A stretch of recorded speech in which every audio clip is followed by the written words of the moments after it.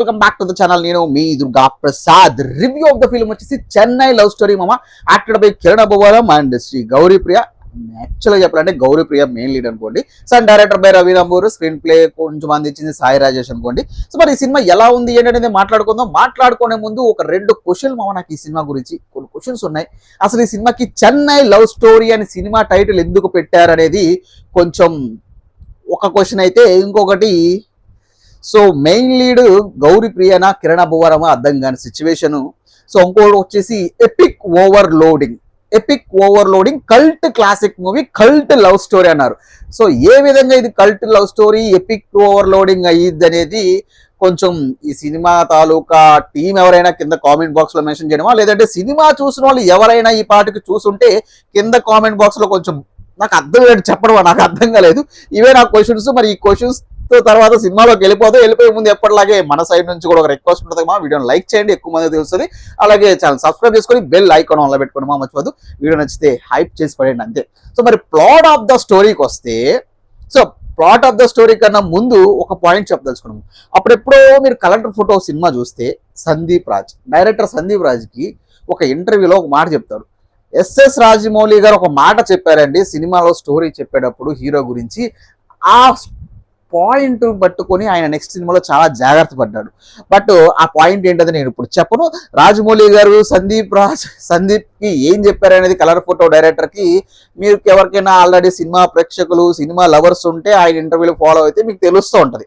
SS Rajamouli గారు చెప్పిన point ఏంటి, ఎస్ఎస్ రాజమౌళి గారి అజెండా ఏంటి. సో దానివల్ల ఈ సినిమాలో కొంచెం రిలేటబిలిటీ ఉంటుంది. ఎత్తిపోరి పథకాల్లో ఈ సినిమాలో ఒకటి అవ్వచ్చు అని నేను చెప్తున్నా.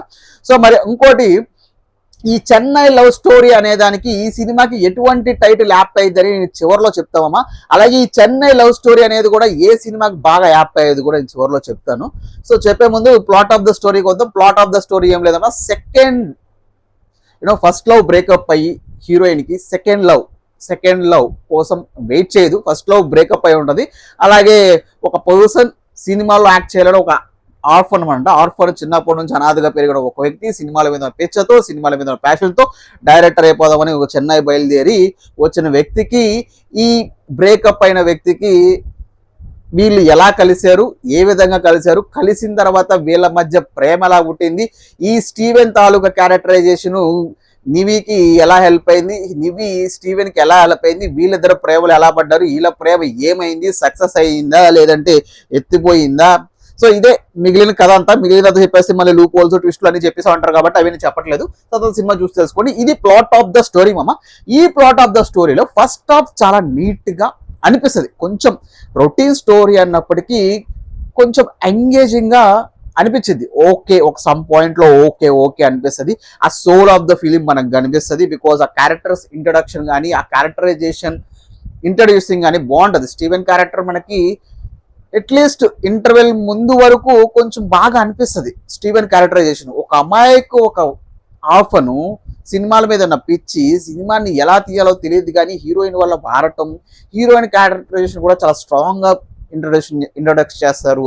బికాజ్ అంత గట్టిటువంటి అంత పెయిన్ఫుల్ అటువంటి బ్రేకప్ ఉంటుంది. సో అది కూడా బ్రేకప్ అని నేను చెప్పను, ఒక కైండ్ ఆఫ్ మోసం. హీరో తన లవర్ నుంచి ఒక బ్రేకప్ అనుకోండి, సరే సింపుల్ పద్ధతిలో బ్రేకప్, ఒక పెయిన్ఫుల్ బ్రేకప్. ఆ ఇంట్రడక్షన్ బాగుంటుంది. ఫస్ట్ హాఫ్ కొంచెం రిపీటెడ్గా అవుతున్నప్పటికీ సీన్స్ కొంచెం లాగ్ ఉన్నప్పటికీ ఓకేగా అనిపిస్తుంది. కొంచెం ఇంట్రెస్టింగ్ ఉంటుంది. Because off screen play, story కాదు, డైరెక్షన్ కాదు, బికాస్ ఆఫ్ స్క్రీన్ ప్లే వల్ల బాగుంటుంది. సో మనీష్ శర్మ గారు మ్యూజిక్ అంటారా, మెలోడీ బ్రహ్మే. సో బట్ ఈ సినిమాకి ఎంత కావాలో అంతే ఇచ్చారు. బట్ ఇట్ ఈస్ కూడా యావరేజ్ గా అనిపిస్తుంది. ఆ మ్యూజిక్ కానీ, ఆ బీజిఎం కానీ, ఆ సాంగ్స్ కానీ హమ్ చేసేసి అంత విధంగా ఉండవు first thing. So chartbusters అయిపోయే సాంగ్స్ కాదు, బీజిఎం కూడా ఓకేగా ఉంటుంది. సో త్రూఅవుట్ ద ఫిలిం చెప్పేసినది. సో ఫస్ట్ హాఫ్ లో బాగా ఎంగేజింగ్ అనిపించిన సీన్స్ ఏంటంటే, కిరణ్ అబ్బవరం గారి ఒక విధమైన comedy performance, emotional performance Kiran Abbavaram గారిది ఎందుకో నేను చూడలేకపోయా. నాకు అంత ఎమోషన్ గా కనెక్ట్ అవ్వలేదు. ఆయనది అంతా ఏంటంటే నాకు కామెడీ ట్రాక్ మాత్రం చాలా బాగా నచ్చింది ఆయనది. ఇక గౌరీప్రియ అంటే వన్ ఉమెన్ షో. యాక్చువల్గా ఇది lady oriented film. So titles చివరిలో చెప్తా, ఇది lady oriented film, one women show అని చెప్పొచ్చు. గౌరీప్రియ ఎమోషనల్ లో టాప్ నాచ్ ఇచ్చింది. సో ఎమోషనల్ సీన్స్ చాలా బాగా పండించింది. సో ఇక ఫస్ట్ హాఫ్ లో టెంపుల్ సీక్వెన్స్ దగ్గర కొంచెం వర్కౌట్ అయింది సినిమాలో అని చెప్పుకోవచ్చు. సో ఇంటర్వెల్కి వచ్చేసరికి ఒక ట్విస్ట్ చెప్పను, బట్ నేను ఈ ట్విస్ట్ చెప్పే ముందు మన వీడియోస్ ఫాలో అయ్యే వ్యక్తులు ఉంటే ఎవరైనా మన సబ్స్క్రైబర్స్ కానీ కొత్తగా చూడని వాళ్ళు కానీ చూడండి. సో నేను ట్రైలర్ చూసి స్టోరీ గెస్ చేసినప్పుడు ఒకటి చెప్పా, ఈ మధ్యకాలంలో బాగా బాగా బాగా ట్రెండ్ అవుతున్న ఒక పాయింట్ అయితే ఉండబోతుంది. ఈ మధ్యకాలంలో వచ్చిన సినిమాలు, తెలుగు సినిమాల్లో వస్తున్న ఈ కథల్లో ఈ మధ్యకాలంలో బాగా ట్రెండ్ అయిపోతున్న, మీరు చూసుకుంటే పెద్ది కానీ లెనిన్ కానీ జస్ట్ ఎగ్జాంపుల్కి ఇచ్చా, ఇలాంటి కైండ్ ఆఫ్ లో వచ్చే ట్విస్ట్లు ఉన్నాయి చూడండి. ఏంటి ఇది అలాంటి కైండ్ ఆఫ్ ట్విస్ట్ లో వీళ్ళు ఘోరాతి టు ద ఎక్స్టెంట్కి వెళ్ళి అలాంటి కైండ్ ఆఫ్ ట్విస్ట్ పెట్టి సగం సినిమాని చంపేశారు. సో ఆ ట్విస్ట్ కొన్ని సినిమాలకు వర్కౌట్ అయింది, కొన్ని సినిమాలకు దెబ్బ కొట్టింది. ఈ సినిమాకి అయితే పెద్ద దెబ్బ కొట్టింది అని నాకు ఉద్దేశం. బికాస్ ఫస్ట్ హాఫ్ అలా ఇంట్రెస్టింగ్ అనిపించింది. ఇక సెకండ్ హాఫ్కి వస్తే సెకండ్ హాఫ్ కూడా టేకప్ చాలా బాగా అయ్యింది. Because Gouri Priya next level performance మొన్న ప్రీవియస్ ఈవెంట్లోనే ఎక్కడో అన్నారు. గౌరీప్రియ సెకండ్ హాఫ్ లో ఒక సీన్ ఉంటుంది చాలా బాగా, ఎగ్జాక్ట్ గా ఆ 10 minutes 5 to 10 minutes ఉంటుంది ఆ సీన్. చాలా చాలా చాలా బాగా చేసింది. ఈ సినిమాతో గౌరీప్రియ గారికి మంచి అప్రిసియేషన్ వస్తుంది. ఆ లవ్లీ సినిమా నేను ఓటీటీలో చూసా కానీ అక్కడ కూడా ఆ పర్ఫార్మెన్స్ చాలా టాప్ నాచ్ ఉంటుంది. అది కూడా థియేటర్లో వచ్చిందా లేదు తెలియదు, నేనైతే ఓటీటీలో చూసా సినిమా. సో చాలా బాగా అనిపించింది. సో ఈ సినిమాతో ఆమెకి పర్ఫార్మెన్స్ వైజ్ మాత్రం చాలా బాగా మార్కులు పడతాయి, సినిమా వైజ్ కూడా ఆమెకు మార్కులు పడతాయి. ఆమె సైడ్ నుంచి ఎటువంటి తప్పులేదు. ఎస్పెషల్లీ ఆ సీన్ చాలా బాగా పండించింది. ఇక సెకండ్ హాఫ్ లో బాగా పండిన సీన్స్ అంటే ఆ టేక్ ఆఫ్ సీన్ ఒకటి బాగుంటుంది. ఇక వెళ్ళే కొద్ది ఒక కామెడీ సీన్ అనిపిస్తుంది. ఎక్కడంటే డైనింగ్ సీన్ ఉంటుంది, డైనింగ్ సీన్ ఒక బెడ్రూమ్ సీన్, అక్కడ కొంచెం కామెడీ వర్కౌట్ అవుతుంది.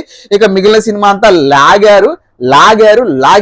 సో ఇంటర్వెల్ లో వచ్చిన ట్విస్ట్ అని చెప్పా కదా మామ, ఆ ట్విస్ట్ కూడా నువ్వు సెకండ్ హాఫ్ లో ఏం జరిగేది అనే ఎగ్జైట్మెంట్ అయితే ఏ మాత్రం రాదు. ఎందుకంటే నీకు ఫస్ట్ హాఫ్ లో దాన్ని జస్టిఫై చేయడానికి, దాన్ని హింట్ ఇవ్వడానికి ఆల్రెడీ ఒక క్యారెక్టర్ పెడతారు. ఆ క్యారెక్టర్ తాలూకా మీదే మన హీరో డైరెక్షన్ వైపు కూడా వెళ్తుంది. అదే క్యారెక్టర్ ని సెకండ్ హాఫ్ కి పంపిస్తారని అర్థమైపోద్ది. బికాస్ ఆ ట్విస్ట్ మనకి సింపుల్ గా అర్థమైపోద్ది, కొన్ని డైలాగుల వల్ల కూడా అర్థమైపోద్ది. సో ఇక సెకండ్ హాఫ్ కి వచ్చేసరికి లాగారు. ఆ లాగటం వల్ల లిటరల్ గా ఆడియన్స్ ఫస్ట్ హాఫ్ ని మర్చిపోయారు. ఫస్ట్ హాఫ్ లో ఏం సినిమా జరిగింది మర్చిపోయారు. లిటరల్ గా పేషెన్స్ ని టెస్ట్ చేశారు. అండ్ ఇంకో విషయం, ఆ ఫస్ట్ హాఫ్ తాలూకు ఒక సోల్ ఏదైతే ఉందో అది సెకండ్ హాఫ్ క్యారీ అవ్వలేదు. ఇక్కడ ఏదో నాకు ఏంటంటే ఫస్ట్ హాఫ్ అంతా ఒక సినిమా చూసినట్టు అనిపిస్తుంది, సెకండ్ హాఫ్ అంతా ఇంకో సినిమా చూసినట్టు అనిపిస్తుంది. బికాస్ ఆ ఫస్ట్ హాఫ్ లో ఉన్న క్యారెక్టర్, నా స్టీవెన్ క్యారెక్టర్ చాలా క్లిక్ అవుతుంది, కనెక్ట్ అవుతుంది. బిఫోర్ ప్రీ ఇంటర్వెల్ వరకు కనెక్ట్ అవుతుంది. ఎప్పుడైతే ఇంటర్వెల్ లో జరిగిద్దో అది జరిగినప్పుడు మనకు సెకండ్ హాఫ్ జరిగేది అర్థమైపోతుంది. సో అక్కడతో సినిమా డిస్కనెక్ట్ అయిపోయింది, నెక్స్ట్ స్టోరీకి తీసుకెళ్లిపోతారు అనుకుంటాం. అదే జరిగింది. ఆ లవ్ స్టోరీ కూడా అంత ఎమోషనల్ గా ఉండదు, ఆ లవ్ కనెక్షన్ కూడా మనకు అంత అనిపించదు. అరే ఏంట్రా వాడు వదిలేసి వీడి దగ్గరికి, అంతేగాని అదేదో డీప్ లవ్ స్టోరీ, వీడితో ఏదో జరిగిపోయిన లవ్ స్టోరీ మన కిరణ్ అబ్బవరంతో అన్నట్టు ఏం అనిపించదు. త్రూఅవుట్ ద ఫిలిం నాకు కనిపించింది అలా గౌరీప్రియ గారే, ఆ నివి అనే క్యారెక్టర్ కనిపించింది, స్టీవెన్ క్యారెక్టర్ ఫస్ట్ హాఫ్ లో కనిపించింది, అమాయకత్వంతో కూడిన కామెడీ క్యారెక్టర్ కనిపించింది. కొంచెం ఎమోషనల్ పండించినప్పటికీ సెకండ్ హాఫ్ లో దాన్ని ఇంకో వేరే విధంగా మలుచుంటే నెక్స్ట్ లెవెల్ ఉండేది సినిమా అని నాకు అనిపించింది. బట్ ఆ నెక్స్ట్ లెవెల్ ఉండే సినిమాని ఒక్క సినిమాలో 2 సినిమాలు చూపించినట్టు అనిపించింది. ఫస్ట్ పార్ట్ ఇంటర్వెల్ వరకు చూస్తే అది అక్కడ ఒక సినిమా అయిపోయింది, అది బాగుంది అనిపించింది. సెకండ్ పార్ట్కి వచ్చేసరికి ఇది ఏ సినిమారా అనిపించింది. సో మ్యూజిక్ గా చెప్పాలంటే వీళ్ళు సినిమా క్యారెక్టర్ ఏంటంటే సినిమాలో కథలు రాయడం రాదు మనోడికి, అన్ని సినిమాలు చూసి పాటలుగా రాస్తాడు రెఫరెన్సెస్ చేసుకొని. అప్పుడు అది వేరే వాళ్ళ కథ ఇది కానీ వాడి కథ అవ్వదు కదా. సో సేమ్ ఈ సినిమాలో కూడా జరిగింది అదే. వీళ్ళు ఏంటంటే ఒక ఏం మాయ చేసే రెఫరెన్స్, వన్ వచ్చిన లవ్లీ కపుల్ ఫ్రెండ్లీ ఒక రెఫరెన్స్, బ్రో ఒక రెఫరెన్స్, రాక్షసుడు ఒక రెఫరెన్స్. ఈ రెఫరెన్స్లన్నీ అంటే ఈ సినిమా స్టోరీలు అన్నట్లే ఆ సినిమాలో ఉన్న సీన్స్ ఆ రెఫరెన్స్లను పట్టుకొని మన 7G బృందాగాలని కూడా ప్రేమిస్తే ఇవన్నీ ఈ రెఫరెన్స్లన్నీ తీసుకొని ఒక క్యూములేట్ చేసి ఒక స్టోరీ రాసేసి 2 స్టోరీలుగా చేసేస్తే సినిమా cult blockbuster, cult classic, cult సినిమా, కల్ట్ ప్రేమ అయిపోద్ది అనుకుంటే పొరపాటే. సో నేనేమంటున్నానంటే ఇది బేసిక్గా కల్ట్ సీన్ క్లాసిక్ అని పెట్టారు, ఎపిక్ ఓవర్లోడింగ్ అని పెట్టగానే ఎపిక్ వరస్ట్ ఓవర్లోడింగ్ అని చెప్పుకోవచ్చు, కల్ట్ ఓవర్లోడింగ్ అని చెప్పుకోవచ్చు. కల్ట్ వరస్ట్ ఓవర్లోడింగ్ అవుతుంది, ఖచ్చితంగా అయ్యి తీరుతుంది. మీరు చూస్తా ఉండండి, రేపటికి మంచి మంచి టాక్ వస్తుంది. ఇప్పుడు కొంచెం జరిగే పేర్లు జరుగుతాయి, మన పేరు లేదు మామ. సినిమా చూపించినప్పుడు ఆ ఎమోషన్ ఏంటని చెప్తాం. సో మరి బాగా నచ్చింది ఏంటంటే స్క్రీన్ ప్లే బాగుంది, సినిమాటోగ్రఫీ బాగుంది, ప్రొడక్షన్ వాల్యూస్ బాగున్నాయి, ఏ మాత్రం డౌట్ లేదు. యాక్టర్స్ పర్ఫార్మెన్స్ బాగుంది, ఎస్పెషల్లీ గౌరీప్రియ పర్ఫార్మెన్స్ బాగుంది, కిరణ్ అబ్బువారి కామెడీ టైమింగ్ బాగుంది. ఆయన ఇచ్చినటువంటి కొన్ని చోట్ల ఎమోషన్స్ నాకు నచ్చలేదు ఎస్పెషల్లీ. ఓకేనా, ఇక క్లైమాక్స్ అంటారు, దాని గురించి నాకు చెప్పొద్దు, అసలు దాని గురించి నాకు మాట్లాడొద్దు. మాట్లాడినా సరే క్లైమాక్స్ ఎత్తిపోయింది అంతే, ఎత్తిపోయిన పథకాల్లో ఎత్తిపోయింది అంతే. సో మరి ఈ సినిమాకి నేను స్టార్టింగ్ లో చెప్పా కదా ఎలాంటి టైటిల్స్ యాప్ట్ అవుతాయంటే, గౌరీప్రియ ప్రేమ కథ, అలసి నివి ప్రేమ కథ, నివిని వదలనంటున్న స్టీవెన్, నారి నారి నడుమురారి కాకుండా ఉన్నవాడికి లేనివాడికి మధ్య నలిగిపోతున్న నివి, గౌరీప్రియ. సో ఇలాంటి కైండ్ ఆఫ్ టైటిల్స్ పెడితే చాలా పర్ఫెక్ట్ గా యాప్ట్ అయింది. అసలు ఈ చెన్నై లవ్ స్టోరీలో చెన్నై లేదు, ఆ లవ్ స్టోరీయే లేదు. సో ఈ విజయవాడలో తీసేయచ్చు, హైదరాబాద్లో తీసుకోవచ్చు, ఒక రూమ్ లో కూడా తీసేయచ్చు, అలా అనిపించింది. ఆ చెన్నై లవ్ స్టోరీ అని టైటిల్ ఎందుకు పెట్టారు అనేది నాకు ఇప్పటికీ అదే మొదలు నడుస్తూ ఉంది. సో ఈ చెన్నై లవ్ స్టోరీ సినిమా ఏ సినిమాకి బాగా యాప్ట్ అయింది చెప్పమ్మా? ఈ మధ్య కాలంలో ఎవరైనా మీరు కపుల్ ఫ్రెండ్లీ మూవీ చూసారా? ఆ కపుల్ ఫ్రెండ్లీ మూవీ ఆ టైటిల్ కూడా బాగా యాప్ట్ అయింది. ఆ టైటిల్ తో పాటు ఆ సినిమాకి చెన్నై లవ్ స్టోరీ అని పెట్టినా సరే చాలా బాగా క్లిక్ అయింది ఆ సినిమా. అది pure love story movie.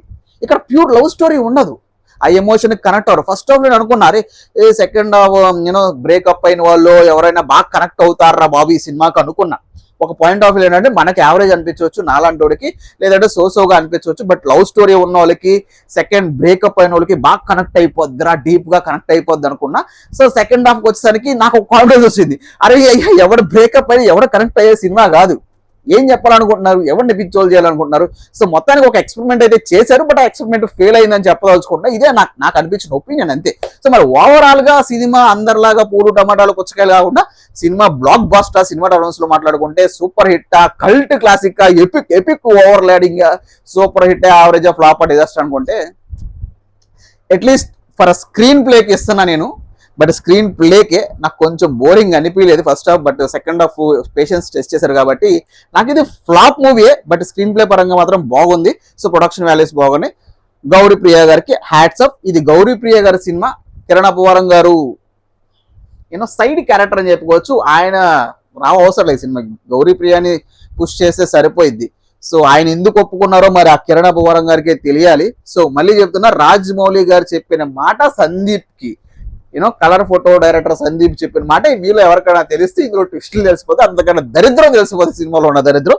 So మరి మీరు సినిమా చూసుంటే మీకేమనిపించింది మావా కింద కామెంట్ బాక్స్ లో మెన్షన్ చేయండి. 2 సినిమాలు చూసినట్టు అనిపించిందా, ఒక్క సినిమా చూసినట్టు అనిపించిందా, ఫస్ట్ హాఫ్ కి సెకండ్ హాఫ్ కి ఏంది అన్నట్టు అనిపించింది అనేది కింద కామెంట్ బాక్స్ లో మెన్షన్ చేయండి. మీకు సినిమా ఎలా అనిపించినది, అలాగే నేను అడిగిన క్వశ్చన్లు కూడా ఏమైనా సమాధానం అంటే కింద కామెంట్ బాక్స్ లో మెన్షన్ చేసుకోండి. వీడియో నచ్చితే లైక్ చేయండి మామ, ఛానల్ సబ్స్క్రైబ్ చేసుకోండి, అలాగే బెల్ ఐకాన్ లో పెట్టుకొని హైప్ చేసి పడండి. అంటే నెక్స్ట్ రివ్యూ నెక్స్ట్ వీడియో కూడా ఉంటాం మామ. బై.